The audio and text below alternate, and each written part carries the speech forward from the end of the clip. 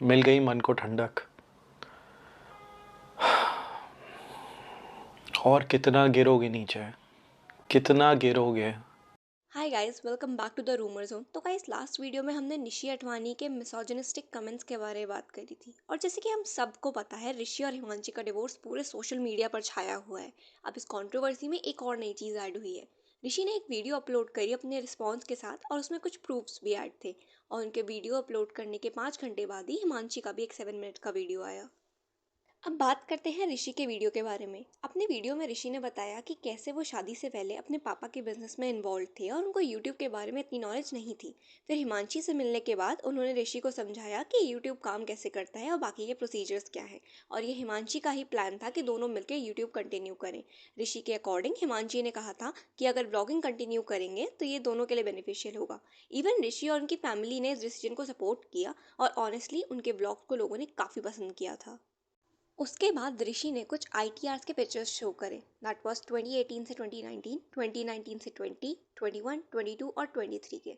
Basically 2018-19 का ITR शादी से पहले का था और बाकी के सारे शादी के बाद के। ये दिखाता है कि हिमांशी शादी से पहले कितना अर्न करती थी और शादी के बाद उन्होंने कितनी ग्रोथ की और कितनी अर्निंग करी। ऋषि का कहना था कि कोई अकेला इतना नहीं कर सकता, और अगर कोई इंसान पे इतना टॉर्चर हो रहा है या वो डिप्रेस्ड है तो वो इतना अचीव नहीं कर सकता। ऋषि ने ये भी कहा कि वो यूट्यूब में डीपली इन्वॉल्व हो चुके थे, और उन्होंने कुछ क्लिप्स दिखाए जहां हिमांशी उनसे एडिटिंग के काम करने को बोल रही थी। सुनो, कल की वीडियो में ब्रांड नहीं जाएगा क्योंकि ब्रांड ने अभी तक स्क्रिप्ट अप्रूव नहीं करी थी, और फिर मैंने उसको बोला था 5 PM तक स्क्रिप्ट अप्रूव कर देना तो मैं शूट कर दूंगी। बेसिकली 3 मिनट्स पे क्या करना कि बीच में कभी भी मतलब एकदम ट्रांजिशन लाके और एड बार्ट लगा देना और फिर ट्रांजिशन वापस लगा देना। सुनो, याद दिलाना जैसे ही वीडियो अपलोड होगी तो ब्रांड के साथ भी शेयर करनी है। ऋषि के अकॉर्डिंग हिमांशी को उनकी 24/7 अटेंशन चाहिए होती थी। उन्होंने क्लेम किया कि अगर वो किसी और के साथ टाइम स्पेंड करते या बाहर जाते तो हिमांशी काफ़ी अपसेट हो जाती थी। ऋषि ने ये भी क्लेम किया कि जितनी भी यूट्यूब और ब्रांड की पेमेंट्स आती थी वो सब हिमांशी के अकाउंट में जाती थी। ट्रांसफर्स के बारे में उनका कहना ये था कि टैक्स बच सके, और ट्रिप्स या एक्सपेंसेस के लिए हिमांशी उनके अकाउंट में पैसे ट्रांसफ़र करती थी। अब ऋषि ने ना एक आर्ग्यूमेंट भी शेयर किया था, और उन्होंने बताया था कि कैसे एक बार वो लेट हो गए थे और हिमांशी उनसे अपसेट हो गई थी। लेकिन अगर हम क्लिप के अंदर देखें तो इट सीम्स लाइक दोनों के बीच में आर्ग्यूमेंट हो रही है। और हिमांशी ने लास्ट में एक स्टेटमेंट भी बोला था कि फालतू में मैं किसी का एहसान ना लूँ, जो कि क्लियरली दिखाता है कि सामने से भी कुछ बोला गया होगा, that's why she is getting irritated. देखो, आर्ग्यूमेंट के वक्त हम अपना कूल खो देते हैं और अपनी टोन पे कंट्रोल नहीं रहता। लेकिन अगर हम इस क्लिप के अंदर देखें तो हम ये नहीं कह सकते ये वन साइडेड अग्रेशन है। खुद कैब में जा रही थी, मैं मर रही हूँ तेरे साथ जाने के लिए, और जिंदगी में कभी जाऊंगी भी नहीं। अब तो शपथ खा ली है मैंने। ना जाना। 100 बार कैब में जाऊंगी तेरी आंखों के सामने। देखते हो मैं तू क्या करता है, देखती हूँ अब मैं।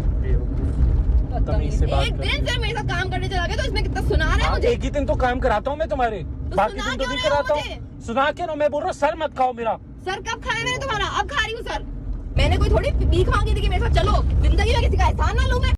ऋषि का कहना ये भी था कि हिमांशी फाउल वर्ड्स का यूज़ करती थी। अब मैं ये नहीं कह रही कि इन वर्ड्स का यूज़ करना is a good thing, but कई बार ऐसे रिलेशनशिप्स में देखा गया है जहाँ पे कपल्स के बीच में काफ़ी ज़्यादा नॉर्मल होता है ये सब।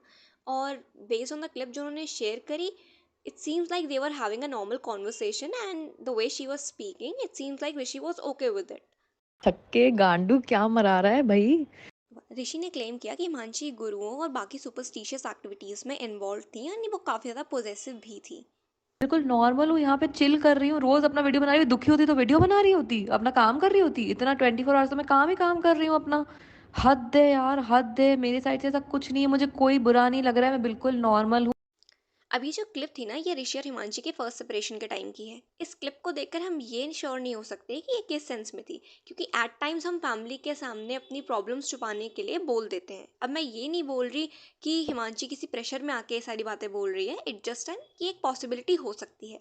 ऋषि ने फ्रस्ट्रेटेड होकर कहा कि उन्होंने ये वीडियोस इसलिए बनाई क्योंकि उनकी फैमिली को अननेसेसरीली ड्रैग किया जा रहा था, गालियाँ दी जा रही थी। ऋषि का कहना था कि ये जो सिचुएशन थी उनके और उनकी फैमिली के लिए काफ़ी ज़्यादा इमोशनली ड्रेनिंग और फ्रस्ट्रेटिंग हो रही थी। अब बात करते हैं हिमांशी के रिस्पॉन्स की। ऋषि की वीडियो अपलोड होने के 5 घंटे बाद ही हिमांशी का एक 7 मिनट्स का वीडियो आया, जिसमें हिमांशी ने क्लेम किया कि ऋषि का प्लान था कि वो हिमांशी की ऑडियंस को मैनिपुलेट करके उनके अगेंस्ट कर दे ताकि वो वीडियो बनाना ही छोड़ दे। और हिमांशी का ये भी कहना था कि उनके पेरेंट्स की और ऋषि के पेरेंट्स की काफ़ी बार बात हुई है, और ऋषि के पेरेंट्स ने एक्सेप्ट किया है कि ऋषि गलत हैं। नहीं, जितने भी इसके फॉलोअर्स हैं, जितने भी इसके फैंस हैं, अगर उनको मैं इसके खिलाफ भड़काऊंगा, इसके खिलाफ मैं सब कुछ करूंगा, तो ये लड़की जो है बेचारी वीडियोस बनाना ही बंद कर देगी। यही तो आपका प्लान है ना।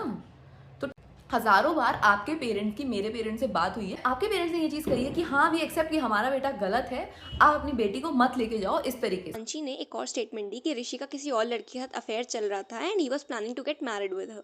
और हिमांशी को जब लगा कि उनके बीच में सब ठीक चल रहा है, everything was going smooth, it turns out कि ऋषि अभी भी उस लड़की के कांटेक्ट में थे and he used to call her and do certain activities on video call.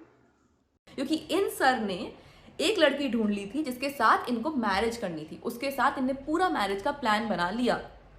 जब हमारा घर बना मेरे को लगा सब कुछ चीजें ठीक चल रही हैं, सब कुछ चीजें स्मूथ चल रही हैं, ये मेरे फेस पर ये चीजें बोलते थे लिटरली।